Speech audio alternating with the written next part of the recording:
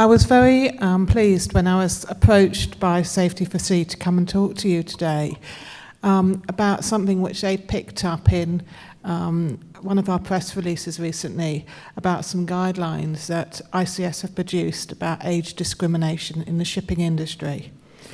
Now, you may well wonder, why is that considered to be a priority for ICS, and what's really behind this? Jonathan Swift has said, "Every man desires to live long, but no man desires to be old." Abraham, in the Bible, apparently lived till 175 years of age. Greta Thunberg is 17 and probably very well renowned at this point in time. Bernie Sanders just won last night in the States and is putting a strong case together for the Democratic challenge, aged 78. And Malala Yousafzai, 22, won a Nobel Peace Prize, probably around the age of 19. So it just goes to show that people can do wonderful things at all stages in their life, and that age shouldn't necessarily be a determinant.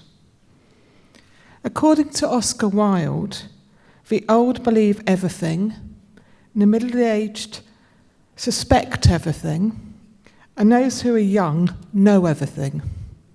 I'm not necessarily sure I agree with all that, but it just perhaps highlights some of the stereotypes that we may come to appreciate. So why have we produced some guidance? Well, I think we're all familiar in this room with the ILO Maritime Labour Convention 2006. But within the convention, there are some fundamental principles within the articles which underline the principles with regard to discrimination. Not just gender discrimination, not just race, but all aspects of discrimination. And perhaps age discrimination is one of those areas that we've perhaps not looked at, perhaps as much as we should have done within our industry. Last year, the ILO held a meeting on recruitment and retention in the industry. And what was interesting was one of the issues that was raised, not just by the unions, but also by governments, was a concern regarding potential age discrimination at both stages, whether young or old within the industry.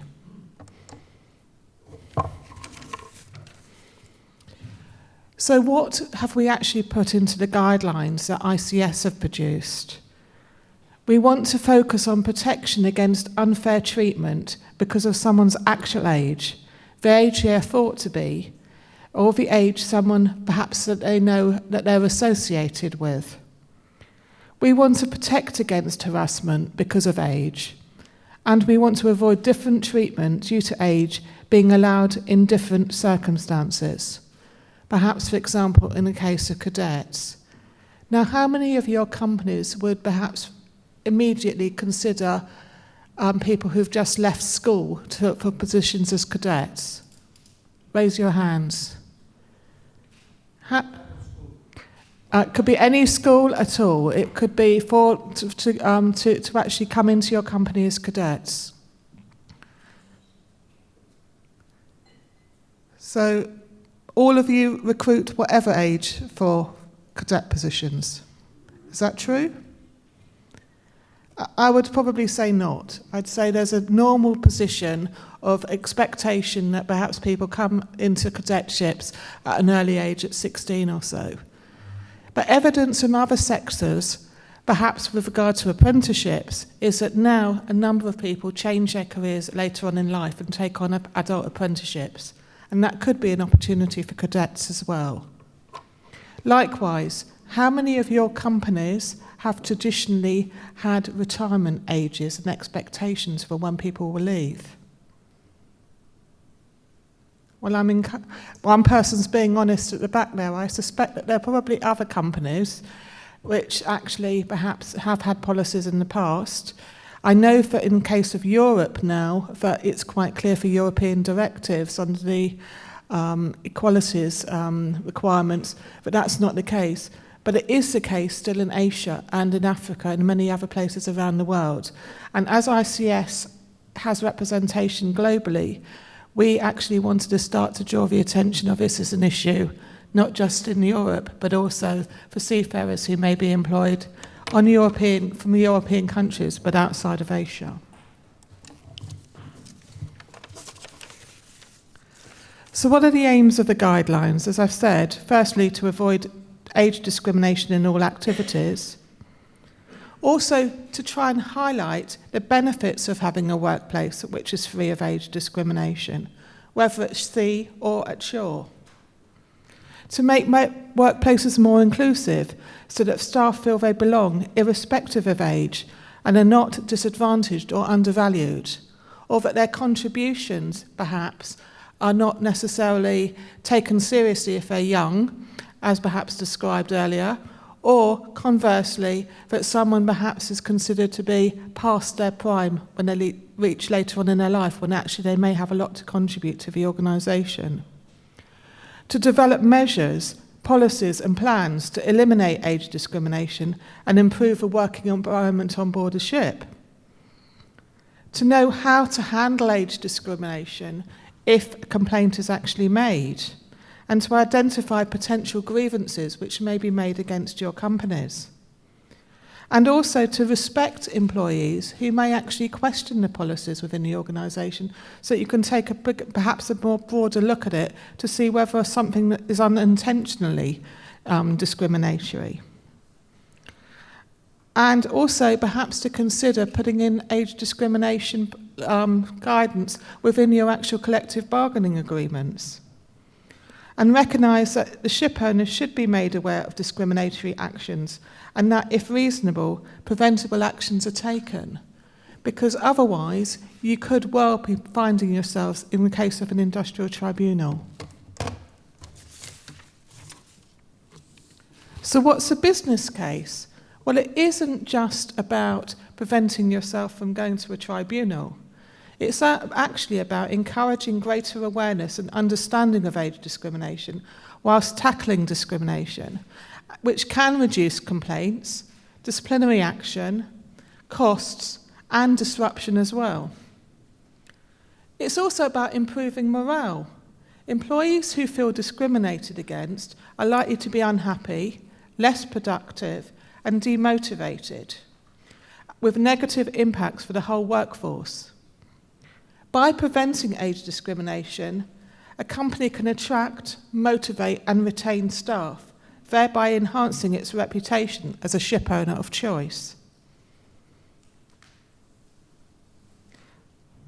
If a staff member feels discriminated against, undervalued, or forced out, a ship owner clearly could accrue costs. And also, this will cost more in terms of recruitment, training, and retention. A changing global workforce that is staying at work longer instead of retiring is factually out there. We know that. We know that more people are now staying at work longer. We just need to make sure we have environment to make them feel worthy. Having employees at all levels with different backgrounds and skills can also create a more conducive working environment. And a diverse workforce could also help companies to understand and meet diverse expectations of their customers. Now, how diverse are we in this room today? I think actually we've got a fairly broad spread of ages in here, which is encouraging. But 5 out of about 50 people in the room are women. How diverse are we in that respect? How diverse are we in terms of Asian, African, and European, South American faces in the room? Limited. So we have more work to do as we are a global industry, and age discrimination is just one of those particular areas. So the key considerations perhaps to think about is ageist remarks can discriminate even if they're not considered to be insulting. Job applicants and employees should not be discriminated against due to their age, the age they're thought to be, or the age they're linked with someone that they're linked with. Stereotyping may well cause age discrimination, and age-based assumptions should not be made. An employee should not be pressurised or bullied into retiring. Often national laws do not prescribe a fixed retirement age. Compensation and benefits should be based on the job and the skills, not on somebody's age.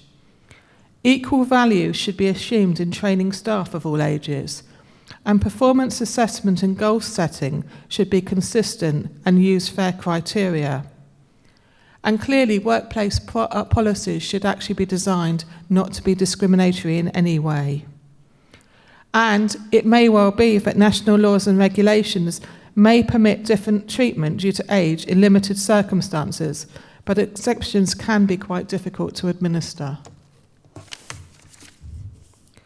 So, if you're interested in knowing a bit more about this, please feel free to go to our ICS website and download our guidance. It's there under our free publications. And as Mark Twain said, age is an issue of mind over matter. If you don't mind, it doesn't matter. Thank you.